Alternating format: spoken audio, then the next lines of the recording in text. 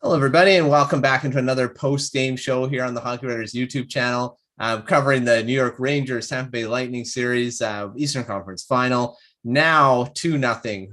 Rangers are up after winning both games at home.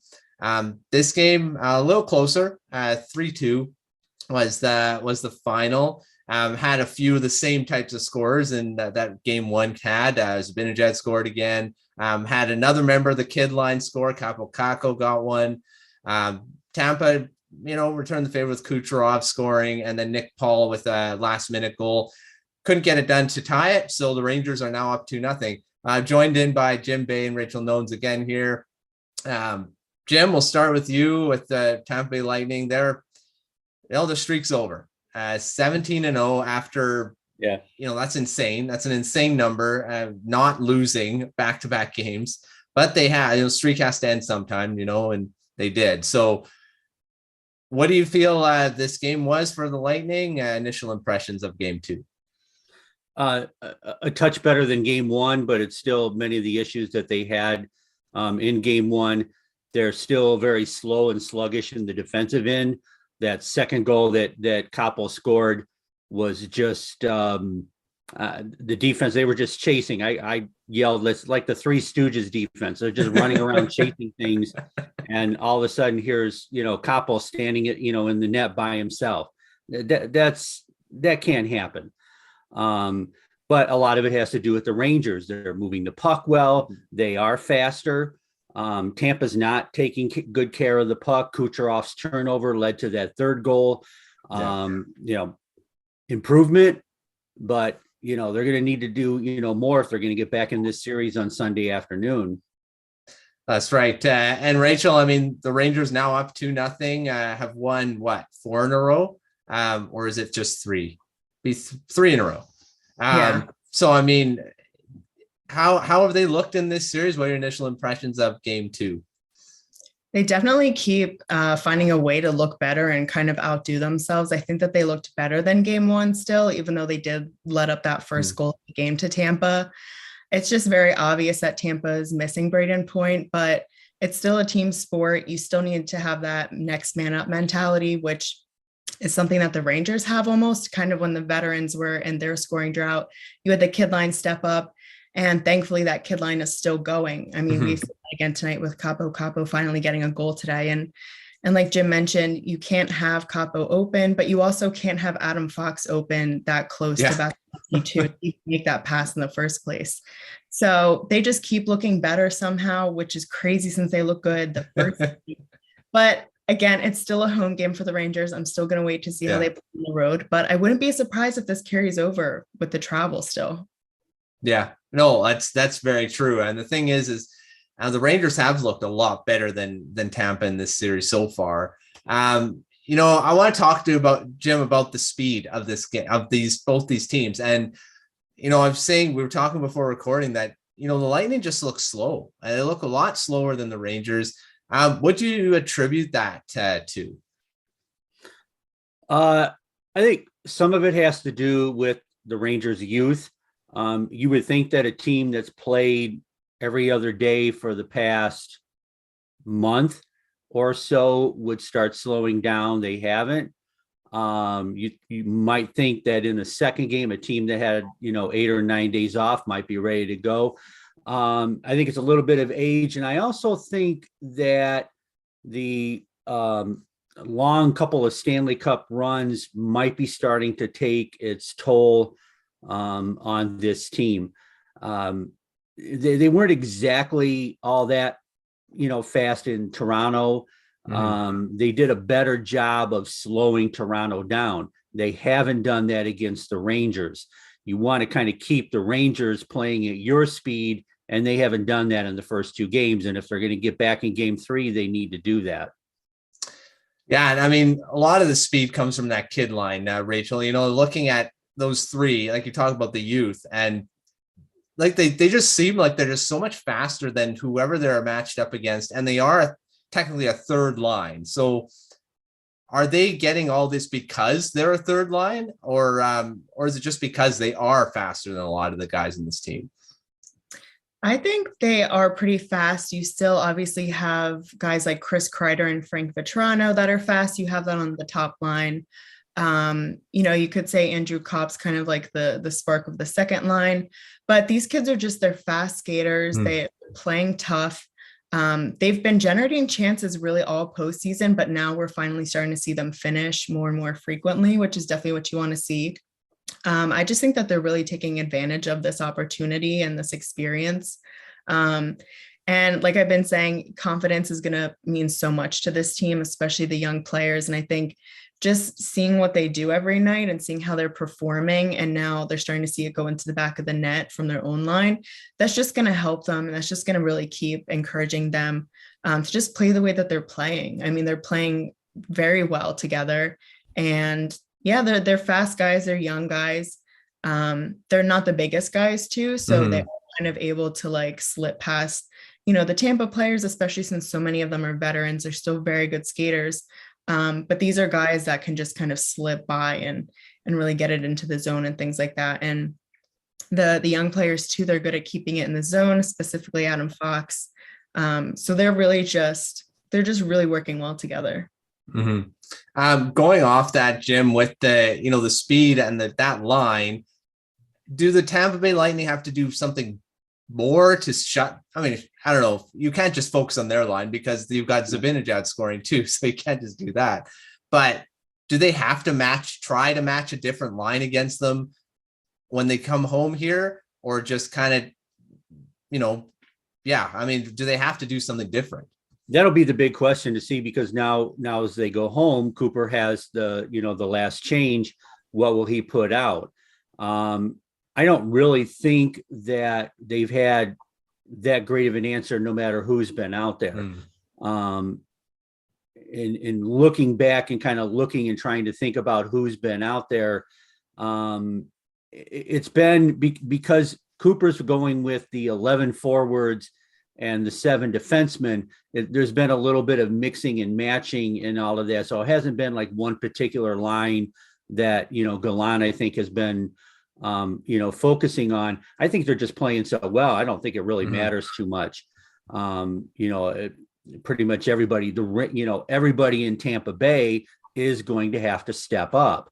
Again, taking away those passing lanes, with Kaapo being wide open. The first goal with Miller was just kind of a nice rebound that came back to him, and he made a nice shot. So, I think they were a little bit better. They shut down a lot more lanes, I think, than what they did in game one. They need to continue to do that. Plus maybe, a little bit more. They need to generate more on the offense too.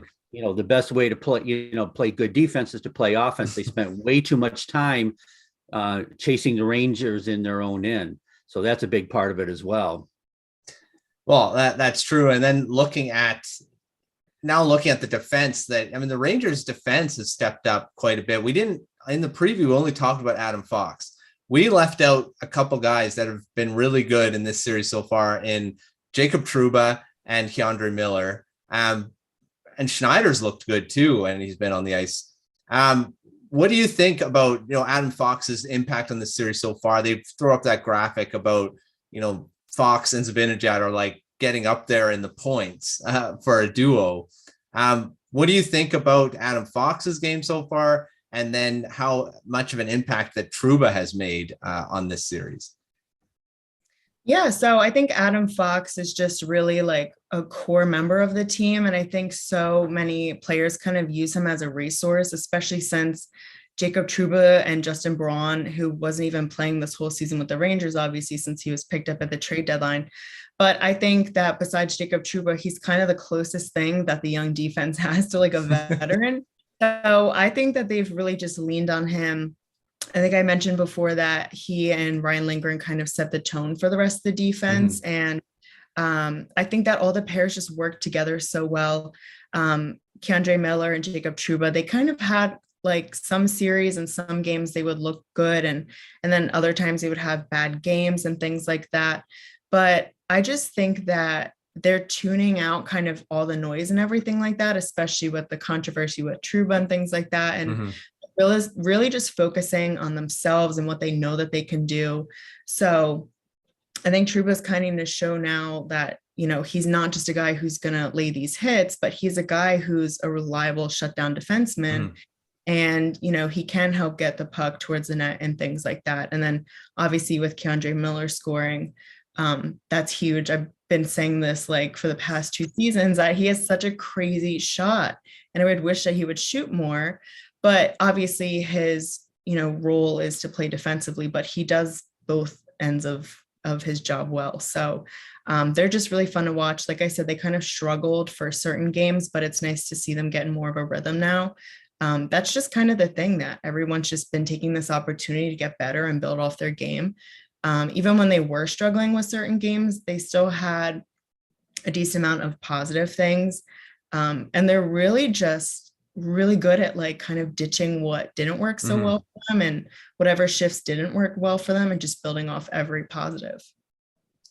Yeah, and we hyped up, I think we hyped up Tampa's defense a bit more in the preview because, Hedman versus Fox, that was basically our big thing. But Jim, what did the defense on the Tampa have to kind of step up to that level? Because their group is doing a lot better of a job at dictating play than Tampa Bay's. What do you think they need to do better as the series moves to Tampa Bay? Well, they need to improve on what they did a little bit tonight, which is shutting down those passing lanes. That cross ice pass that Hedl and Zibanejad scored on in game 1 wasn't there as much in game 2. They also have to stop chasing is kind of a big word, but they're not playing roll hockey. They're lost. They're losing where the Rangers are. The Rangers are doing a very good job, as Rachel mentioned. When Fox came down really low, everybody started looking around like, "Where's my guy?" And all of a sudden, the puck's in the net. So there's things like that. It's just really tough when you have a team that's moving the puck so well and have so much speed, to do that. And again, part of it is, say, well, they're not blocking shots like they did before. They haven't had the chance to. They're not able to get a body in front of the puck because there's no body to get in front of the puck of. So that's a big, I think a really big part of that is to make sure that passing and shot, being able to block shots is going to be really big, in the next 2 games and beyond if they hope to continue this series. Yeah, and the thing is, like Rachel, you mentioned about the road games, that the Rangers have only won 1 road game in the last series, and that was the final one in Game 7. So that's going to have to change. Did you see a difference in their road game against Carolina that has to change in this series to kind of keep that going? It's kind of tough because it's a different situation that the Rangers are in now, having that comfortable 2-0 lead, whereas in Carolina with that last road game, again, their backs were against the wall. That's when they play better. That's right. So I'm going to be really curious. With Game 3, I sure hope that they don't let up. That is something that I'm afraid they might do. But if you think about it, those 2 first series were against metropolitan teams, so they're kind of comfortable on those away ices. Obviously, I know they had a couple road wins in Pittsburgh, but they're more comfortable there. With Tampa, like they're not so familiar with playing away on that ice. So it's just going to be something interesting for them to adjust to. It could really go either way with their mentality at this point, since they have that lead. So I'm really curious to see how they play.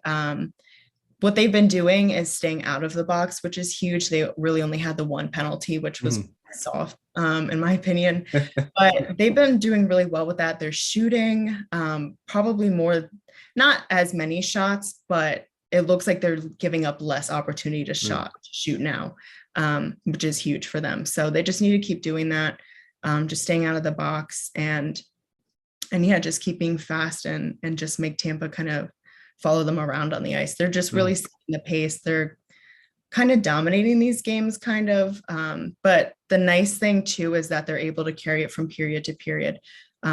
With this team, you just want to focus on the next 20 minutes, and that's really all you want to look ahead at. But they're able to translate it over through these periods, which you're going to need to do. Well, Shesterkin's now 5-0 this season against the Tampa Bay Lightning. We'll see if that continues in Game 3 back in Tampa, and it's gonna be interesting, like you said, to see how the Rangers kind of react to being down to up 2-0 rather than down 2-0, because they were down 2-0 last time. So we'll see how that all plays out. Thanks, Jim. Thanks, Rachel, for coming on the post-game show. We'll see you after Game 3, and we'll see if we're talking about a 3-0 series lead or 2-1 and back to being a competitive one. So it's going to be interesting. Make sure you're following us on YouTube as the post-game shows get dropped here, and all of our other content on thehockeywriters.com. Thanks again for joining us, and we will see you next time.